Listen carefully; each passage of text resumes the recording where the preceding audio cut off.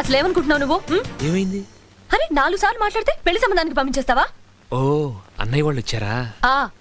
ముహూర్తాలు పెట్టడానికి పురోహితుని కూడా తీసుకొచ్చారు. సారీ అన్నయ్య, ఇన్నాళ్ళు నేను సరిగా అర్థం చేసుకోలేకపోయాను. చిచి, నువ్వింత రోగవని నేను ఎప్పుడు అనుకోలేదు. ఫోన్లే కదా ఏదో సరదాగా మాట్లాడితే పిచ్చి వేషాలు ఇస్తున్నావు. నువ్వు చేసిన పనికి మా ఇంట్లో వాళ్ళ ముందు తలెత్తుకోలేకపోయాను తెలుసా? అవునా?